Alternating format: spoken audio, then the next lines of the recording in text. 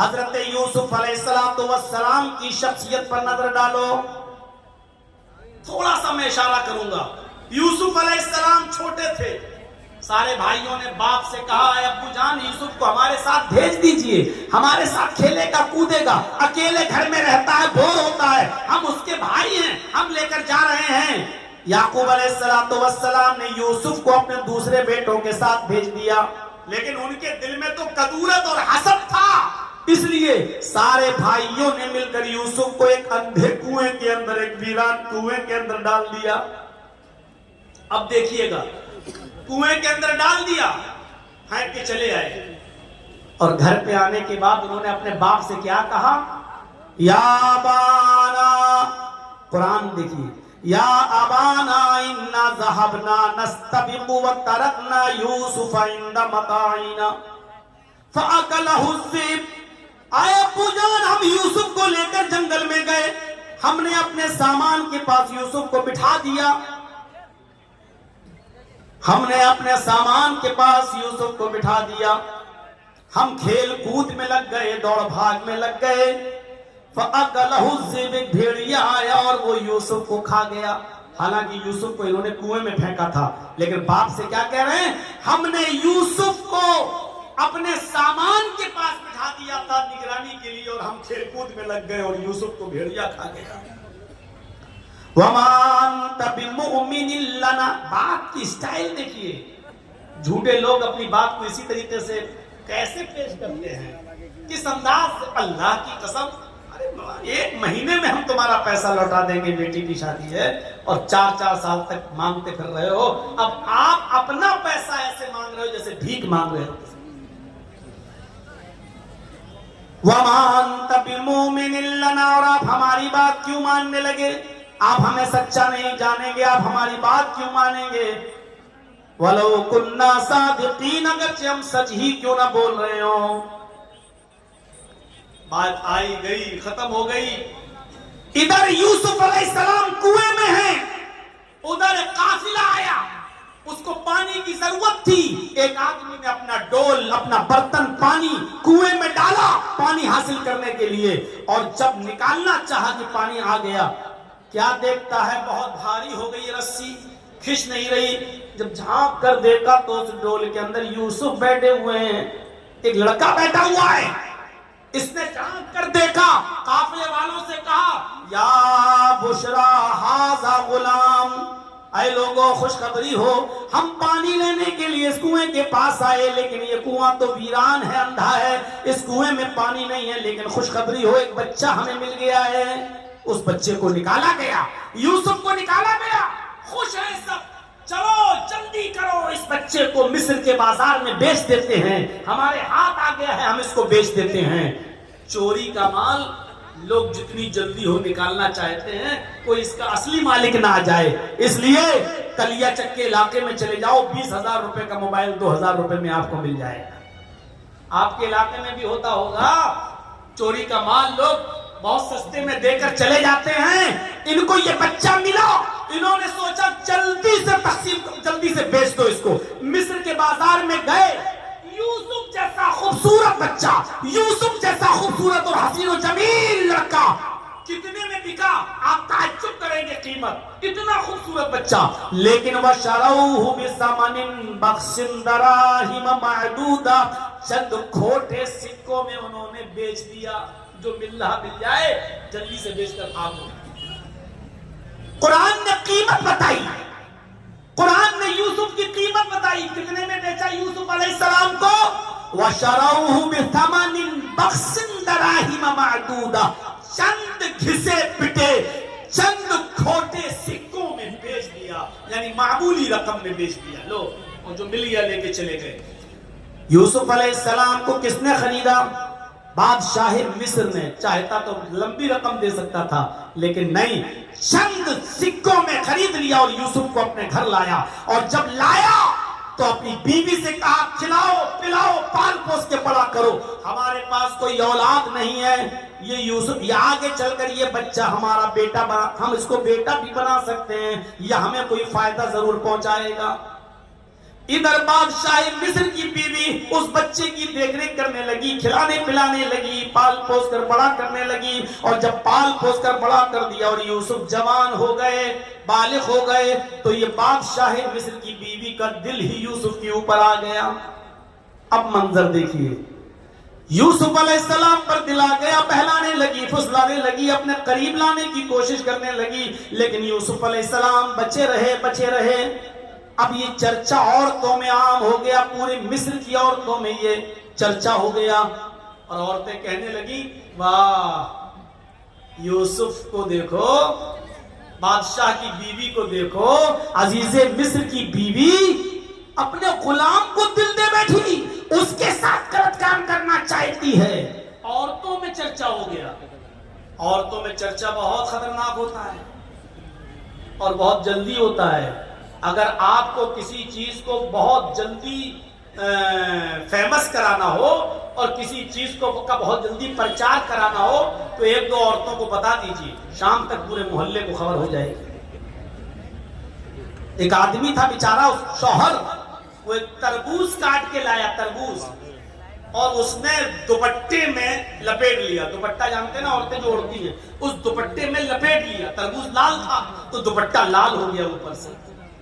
اب وہ جب گھر میں گھسا تو بیوی نے کہا اے کیا ہے اس میں؟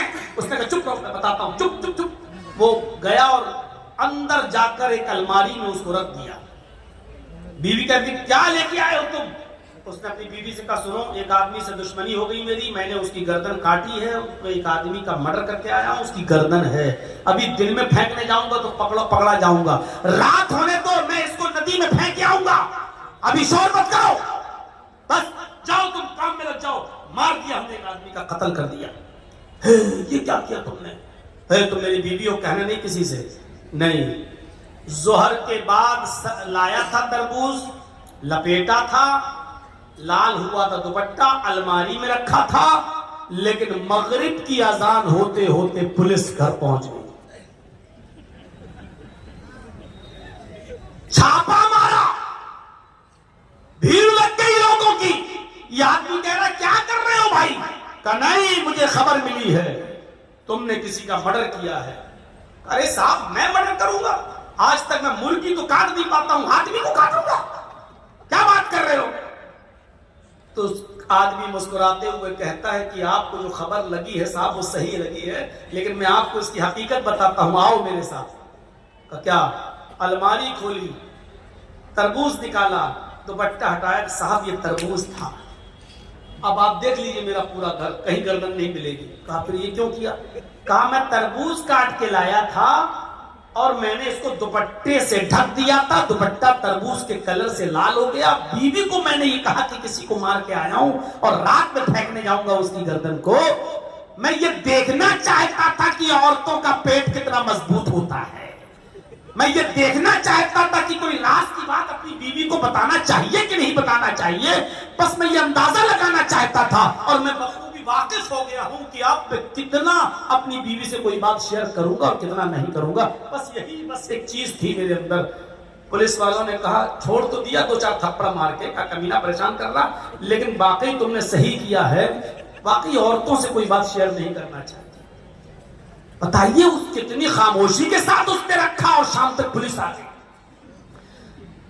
قرآن بھی کہتا ہے ان قیدکن عظیم، عورتوں کی چالیں بڑی خطرناک ہوتی ہیں۔ اب قرآن کی بات کون جھٹلائے گا؟ ہماری ماں بہن پہلی بات تو سنی نہیں رہی ہوں گی، اچھا ہے بیچاری وہ اپنا کپڑا دکھائیں، ساڑی دکھائیں، چپل دکھائیں، زیور دکھائیں، رات کے 2 بجے کون بیچارہ سنے گی ہماری بات؟ اب ان کو فرصت ہی مل جائے اپنا کپڑا اور سینڈل اور چپل دکھانے سے، یہی بہت بڑی بات ہے۔ لیکن جو سن رہی ہیں وہ سنیں، غصہ نہ ہو میرے اوپر۔ قرآن نے کہا ان کیدکن عظیم، عورتوں کی چالیں بڑی خطرناک ہیں۔ اب عورتوں میں چرچا ہو گیا مصر کے اندر، لو بادشاہ مصر کی بیوی نے اپنے غلام کو دل دے دیا، اپنے 2 کوڑی کے غلام کو۔ اب بادشاہ کی بیوی کو بڑا برا لگا کہ کم وقت میری بارے میں ایسی باتیں کر رہی ہیں، ان کو کیا معلوم یوسف کتنے خوبصورت ہیں۔ کہا اچھا چلو اب دیکھیے ایک اور چال چلی۔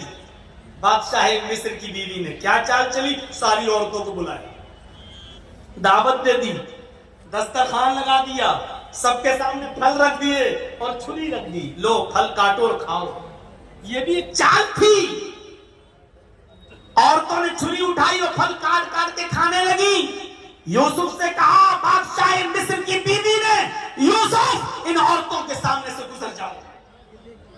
اور جب بادشاہ مصر کی بیوی کی بات مان کر یوسف جب ان عورتوں کے سامنے سے گزرے اور مصر کی عورتوں نے جب یوسف کو دیکھا تو پھل کاٹ رہی تھی، انگلی کٹنے لگے۔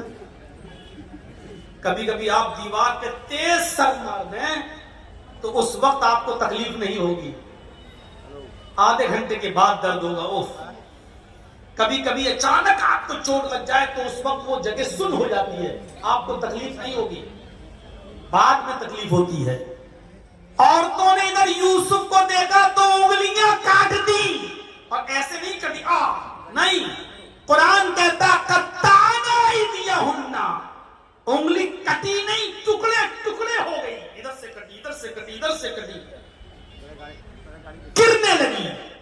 قطع یقطع کے معنی کاٹنا اور قطع یقطع قطعی کے معنی ہوتے ٹکڑے ٹکڑے کرنا۔ ان عورتوں نے اپنی انگلیوں کے ٹکڑے ٹکڑے کر دیے۔ الفاظ کی زیادتی معنی کی زیادتی پر دلالت کرتی ہے، کئی جگہ سے ان کی انگلیاں کٹ گئی اور ان کو تکلیف ہی نہیں ہو رہی ہے، انگلیاں کٹ کے گر رہی ہیں۔ اور یوسف کی خوبصورتی دیکھ کر وہ دیوانی ہو گئی، اور قرآن کہتا ہے چیخ پڑی ما ھذا بشر، یہ انسان ہے ہی نہیں، یہ انسان نہیں ہے۔ ارے انسان نہیں تو کون؟ ان ھذا الا ملک کریم، یہ تو کوئی بزرگ فرشتہ نظر آتا ہے، یہ تو کوئی بزرگ فرشتہ دکھائی دے رہا ہے، یہ تو انسان نظر ہی نہیں آ رہا ہے۔ ان ھذا الا ملک کریم، یہ تو فرشتہ دکھائی دے رہا ہے۔ ابھی تک بادشاہ مصر کی بیوی فریبتہ تھی، اب ساری عورتیں یوسف کی دیوانی ہو۔ کیسی خطرناک چال چلی۔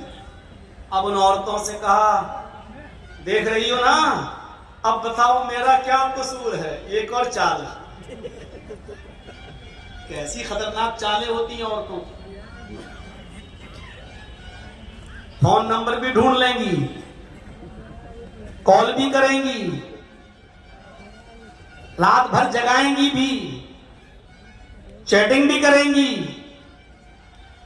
ٹائم دے کر آپ کو اپنے گھر بلائیں گی بھی، اور پھر آپ کا نام بھی لے کر آپ کو پھنسا بھی دیں گے۔ اور اگر دو آنسو نکال دیے تو بس پوچھو مت، ساری دنیا ہمدرد ہو جائے گی، کمینہ کتنا بڑا کتا ہے، بیچاری اس عورت کو رلا رہا ہے۔ ارے اس کے آنسو ہی میں تو سارا مکر اور فریب چھپا ہوا ہے جو تمہاری سمجھ میں نہیں آ رہا ہے۔ بن گئے جھوٹے ہمدرد اس کے پاس جا کر۔ اگر عورتوں کی چالیں خطرناک نہ ہوتی تو قرآن یہ نہ کہتا اِنَّا کَیْدَکُنَّ عَظِیمٌ، ان کی چالیں بڑی خطرناک۔ ایک اور چال چلی، بتاؤ اے مصر والیوں میرا کیا قصور ہے؟ خوبصورت ہی اتنا ہے کہ میرا دل آئے۔ ساری عورتیں کہنے لگی نہیں تمہارا کوئی قصور نہیں، میرا تو خود ہی آئے۔ اب جب یہ قبول کروا لیا کہ تمہارا بھی دل اس کے اوپر آیا تو سنو کیا کہا۔ اوفو، قرآن کیا کہا بادشاہ مصر کی بیوی نے؟ آیا اور تو سن لو، یوسف کو سامنے رکھ کر کیا کہا۔ اگر اس لڑکے نے، اس نوجوان نے اگر میری بات نہ مانی، دھمکی دی، اگر اس نے میری بات نہ مانی اور میرا کہا نہ مانا، اور جو چیز میں اس سے چاہتی ہوں اگر اس نے میرے مطالبے کو پورا نہ کیا تو اس کو میں سخت سے سخت سزا دلواؤں گی، یا جیل میں سڑا دوں گی، جیل بھیج کر رہوں گی، یہ جیل میں سڑے گا، یہ جیل میں جائے گا، لمبی مدت تک جیل میں رہے گا، جیل میں اس کو سڑوا دوں گی۔ اور جب یوسف علیہ السلام نے سنا کہ بادشاہ مصر کی بیوی نے، میری مالکہ نے میری مالکن نے یہ کہہ دیا کہ میں اس کو جیل میں سڑا دوں گی، تکلیف پہنچاؤں گی. تو جانتے ہو یوسف علیہ السلام نے کیا کیا؟ آسمان پر نظریں ڈالی اور اللہ سے دعا کی. جب یوسف اللہ سے دعا کر رہے تھے تو اس دعا میں بھی عورتوں کے مکر و فریب اور چال کا ذکر کر رہے تھے. اور یوسف نے جو دعا کی وہ کیا دعا کی؟ رب السجن احب الی مما یدعوننی الیہ. اے میرے رب، مجھے جیل میں جانا زیادہ محبوب ہے، مجھے جیل میں جانا زیادہ پسند ہے، مجھے جیل میں جانا گوارا ہے، لیکن وہ کام کرنا گوارا نہیں جس کام کی طرف یہ عورتیں مجھے بلا رہی ہیں. یدعوننی الیہ، جس کام کی طرف یہ مجھے بلا رہی ہیں. پتا چلا کہ ایک عورت نہیں بلا رہی تھی، ساری عورتیں کی چاہ رہی تھی کہ یوسف میرے ساتھ مکالمہ کر لے، یوسف میرے ساتھ ٹائم دے دے اور مجھے وقت دے دے. اس لیے یدعوننی جمع مؤنث غائب کا صیغہ استعمال ہوا ہے. کیا کہا؟ اے اللہ، مجھے جیل میں جانا زیادہ پسند ہے، مجھے جیل میں سڑ جانا پسند ہے، مجھے جیل کی زندگی گوارا ہے، مجھے جیل کھانا پسند ہے، لیکن وہ کام کرنا پسند نہیں ہے جس کام کی طرف یہ عورتیں مجھے بلا رہی ہیں اور مجھے دعوت دے رہی ہیں. اس کے بعد جو دعا کی وہ یہ کی وَإِلَّا تَصْرِفْ عَنِّي كَيْدَهُنَّ. اے اللہ، ان کی چالوں سے بچانا تیرا کام ہے. اے اللہ، ان کے مکر و فریب سے بچانا تیرا کام ہے. اے اللہ، اگر تو نے مجھے ان کی چالوں سے محفوظ نہ کیا، ان کے ارادوں سے محفوظ نہ کیا، ان کی چالوں سے اور ان کے ڈھونگ سے اگر تو نے مجھے میری حفاظت نہ فرمائی، اسبو الیہن واکم من الجاہلین، تو میں بھی ان کی طرف گر جاؤں گا، میں بھی ان کی طرف مائل ہو جاؤں گا، میں بھی ان کی طرف جھک جاؤں گا. اگر تو نے مجھے ان کی چالوں سے نہ بچایا، اگر تو نے مجھے ان کی چالوں سے محفوظ نہ کیا، تو میں بھی ان کے ساتھ مکالمہ کر بیٹھوں گا. واکم من الجاہلین، اور میرا شمار نادانوں میں اور جاہلوں میں ہو جائے گا. کیا کہا یوسف علیہ السلام نے؟ اللہ، ان کی چالوں سے تو مجھے بچا دے، جیل بھلے ہی چلا جاؤں وہ مجھے گوارا ہے. اب سنیے، تعلیم دیکھیے کیا ہے. یوسف علیہ السلام کی پھر وہ پیچھے پڑ کے رہ گئی. یہ جیل میں بھی جانے کے لیے تیار ہے، زبردستی کروں اس کے ساتھ. اب زبردستی کرنے لگی. کیا کہا؟ یوسف ادھر آؤ، چلو ایک کام ہے. قرآن کہتا ہے اندر لے گئی، یہ دروازہ بند، اور اندر لے گئی، دوسرا دروازہ بند، اور اندر لے گئی، تیسرا دروازہ بند، کئی دروازوں کے اندر لے گئی. اور جب لاسٹ والے کمرے میں پہنچی تو کہنے لگی اے یوسف آؤ، اچھا موقع ہے، ایک خوبصورت عورت تمہارے پاس ہے، تنہائی کا موقع ہے، آؤ آؤ میرے قریب آؤ. یوسف کو جب اپنے قریب بلانے لگی تو یوسف علیہ السلام نے کہا معاذ اللہ، اللہ کی پناہ، میں یہ کام نہیں کر سکتا. وہ اٹھی، یوسف بھاگے. قرآن دیکھیے، یوسف علیہ السلام نے دروازہ کھولا، آگے بڑھے، یہ بھی آگے بڑھی، دوسرا دروازہ کھولا اور آگے بڑھے، آخری دروازے پہ پہنچ گئے. پہنچتے پہنچتے اس عورت نے یوسف کے دامن کو پیچھے سے پکڑا اور یوسف دروازہ پکڑے ہوئے تھے ایسے.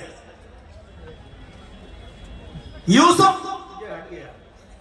دروازہ پکڑے ہوئے تھے پہلے سے، اور جیسی کھینچا اس عورت نے اپنی طرف، بادشاہ مصر کی بیوی نے اپنی طرف یوسف کو کھینچا تو یوسف کا کرتا پیچھے سے پھٹتا چلا گیا. کون یہ خطرناک لائٹ مار رہا بھائی؟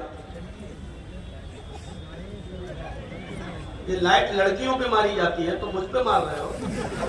اتنی بھی عقل نہیں ہے تمہیں؟ ضرور کوئی چھچورا ہے جس کو اس کے باپ نے تربیت نہیں دی. میرے بھائیوں، جیسے ہی کھینچا یوسف زمین پر گرے، سامنے دروازہ کھل گیا. کیونکہ یوسف دروازے کو پکڑے ہوئے تھے، اس نے پیچھے سے کھینچا، کرتا پھٹا، ایسے گرے، دروازہ کھل گیا. یوسف زمین پر گرے، سامنے بادشاہ کھڑا ہے. غور کرو، بادشاہ پیچھے سے قمیض پھٹی ہوئی، فوراً